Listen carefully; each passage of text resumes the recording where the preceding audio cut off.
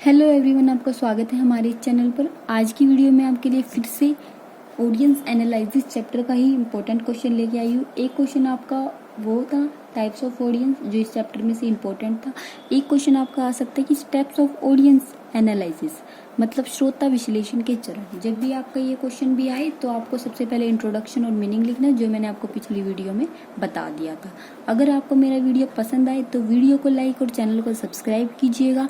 आपको मेरे चैनल पर कॉमर्स से रिलेटेड हर इंपॉर्टेंट टॉपिक की वीडियो मिलेगी। ठीक है, तो शुरू करते हैं स्टेप्स से। इसके स्टेप्स क्या क्या है। सबसे पहले आपको इस क्वेश्चन में इंट्रोडक्शन लिखना है, जो मैंने कल की वीडियो में बताया था आपको। फिर उसके बाद मीनिंग लिखना है। उसके बाद आपको ये स्टेप्स लिखनी है। स्टेप्स में फर्स्ट स्टेप्स है हमारा श्रोता की जनकांकीय तत्वों को जानना। मतलब जब भी हम अपना मैसेज भेजते हैं तो हमें क्या है, डेमोग्राफिक फैक्टर पर क्या देना चाहिए, ध्यान देना चाहिए। जनकांकीय तत्वों का संबंध श्रोता की आयु, लिंग, शैक्षणिक स्तर, आय आदि से संबंधित है। जनकांकीय तत्वों के बारे में सूचना किसी संदेश को तैयार करने तथा इससे प्रेषित करने की विधि का निर्णय लेने। जैसे जनसंख्या ज्यादा है या मतलब कोई अनपढ़ है, ठीक है, अनपढ़ को हम लिखकर संदेश तो नहीं भेज पाएंगे ना, तो हमें क्या है, अपना मैसेज भेजने से पहले उसकी शिक्षा का स्तर, उसका ज्ञान, उसका मतलब समझ कितनी है उसे, उसकी आयु कितनी है, मतलब उन सारी चीजों का हमें क्या करना पड़ेगा, अध्ययन करना पड़ेगा अपना मैसेज भेजने से पहले। सेकंड है जो हमारा पॉइंट, वो है श्रोता के आकार एवं संरचना के संबंध में सूचना प्राप्त करना। श्रोता विश्लेषण में अगला चरण, ये आपको स्टेप्स ऐसे लिखने, आगे पीछे नहीं लिख सकते आप, ठीक है, स्टेप्स सही ऐसे ही करने। सबसे पहले आपके जनकांकीय तत्वों का अध्ययन करना है, उसके बाद आकार का। श्रोता विश्लेषण में अगला चरण श्रोता के आकार तथा संरचना के संबंध में जानकारी प्राप्त करना है। श्रोता के आकार से अभिप्राय व्यक्तियों की उस संख्या से जिससे संदेश प्रेषित किया जाना है।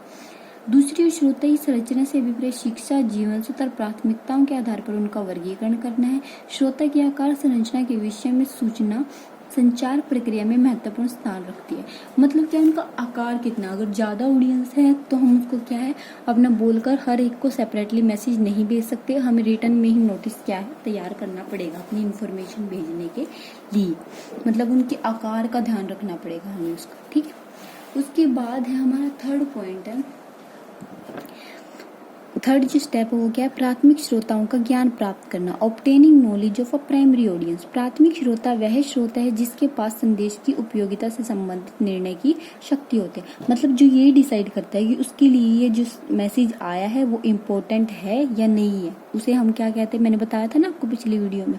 प्राइमरी ऑडियंस किसको कहते हैं, जो यह डिसाइड करता है कि मैसेज उसके लिए इम्पोर्टेंट है या नहीं है।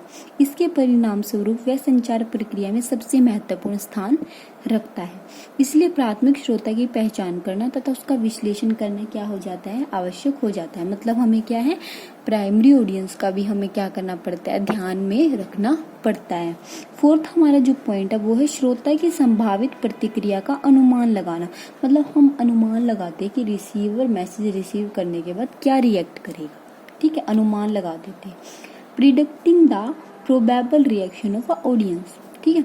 विभिन्न श्रोता भिन्न भिन्न जनकांकीय, सामाजिक, नैतिक, सांस्कृतिक, मतलब सबका क्या है, कल्चर अलग अलग होता है, ठीक है, सोशल सिस्टम अलग अलग होता है। मतलब सामाजिक, जनकांकीय, सांस्कृतिक, संस्कृति सब कुछ क्या है, उनकी होती है, अलग अलग होती है। तथा परिणाम स्वरूप वे किसी संदेश के प्रति भिन्न भिन्न प्रतिक्रिया कर सकते हैं।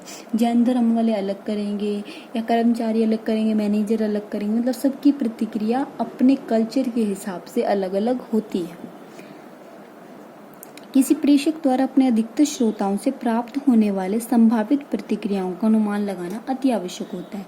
श्रोता की प्रतिक्रिया प्रेषित संदेश के पक्ष में अथवा उसके विरुद्ध हो सकती है। मतलब हम अनुमान लगा सकते हैं कि वो हमारा मैसेज सुनने के बाद पॉजिटिव रिएक्ट करेंगे या नेगेटिव रिएक्ट करेंगे, ठीक है। तो हम उसका क्या लगाते हैं, एस्टिमेशन लगाते हैं। फिफ्थ पॉइंट है हमारा श्रोताओं की समझ के स्तर का ज्ञान प्राप्त करना। Having a knowledge about audience level of understanding.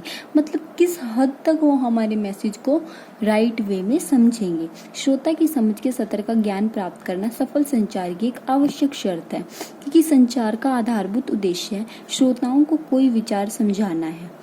इसके इसलिए प्रेषक को श्रोताओं की समझ के स्तर के अनुरूप ही संदेश का निर्माण करना चाहिए। मतलब ऐसे चिन्हों का यूज करना चाहिए, ऐसे मतलब निशान, ऐसी भाषा या मतलब अच्छे वे में हमें क्या अपना मैसेज भेजना चाहिए, ताकि क्या है उनके अंडरस्टैंडिंग लेवल, मतलब उनके अंडरस्टैंडिंग लेवल के अकॉर्डिंग हमें अपना संदेश भेजना चाहिए, ताकि उनको आसानी से वो समझ आ सके।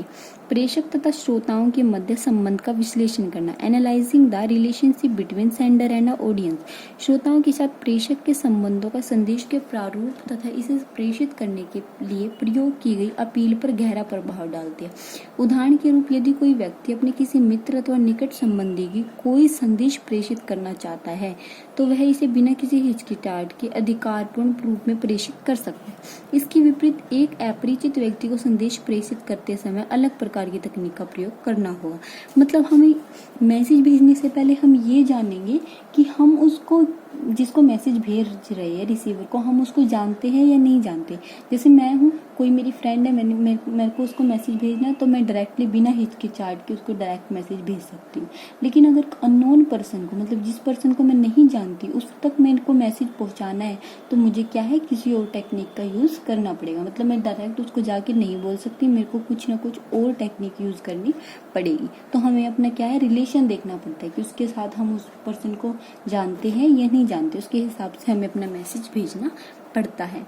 7th पॉइंट है मूल्य तथा विश्वासों के बारे में ज्ञान प्राप्त करना, having a knowledge about value and beliefs.